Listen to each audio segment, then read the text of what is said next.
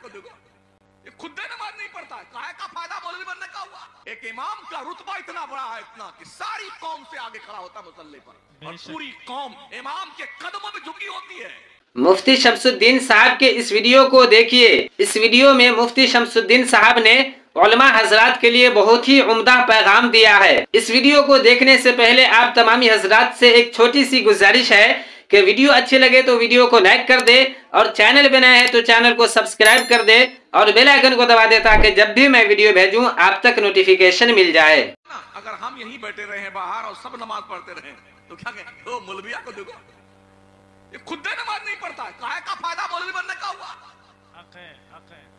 इसलिए शरीयत का मसला है, ओ मौलाना लोगो, हाफिज जी लोगो, हजरत हुजूर लोगो, तुम आम बंदों की तरह होटलों में चाय और समोसे खाते मत फिरा करो।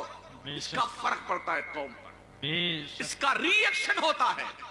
एक इमाम का रुतबा इतना बड़ा है, इतना कि सारी कौम से आगे खड़ा होता मुसल्ले पर, और पूरी कौम इमाम के कदमों में झुकी होती है। ये रुतबा इमाम का है। इमाम अगर समोसा कचौरी ठूसता फिरे, कचर कचर पान पूरी आम बंदों के सामने खाया जाए, तो क्या फर्क क्या है इमाम और मुक्तदी में। आजकल उलमाए किराम में भी बहुत ज्यादा कमी है।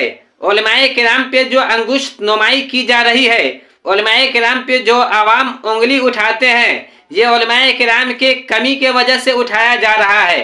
उलमाए किराम अगरचे अपने हरकत व सकनात को सही कर ले, उलमाए किराम अगर होटलों में बैठना छोड़ दे, होटल में बैठ के चाय पीना छोड़ दे, बाजारों में बेला वजह घूमना छोड़ दे, तो आवाम उलमाए किराम की इज्जत करेगी। शरीयत में उलमाए किराम को बाजार में बैठ कर के नाश्ता खाने से, बाजार में बैठ के चाय वगैरह पीने से मना किया गया है।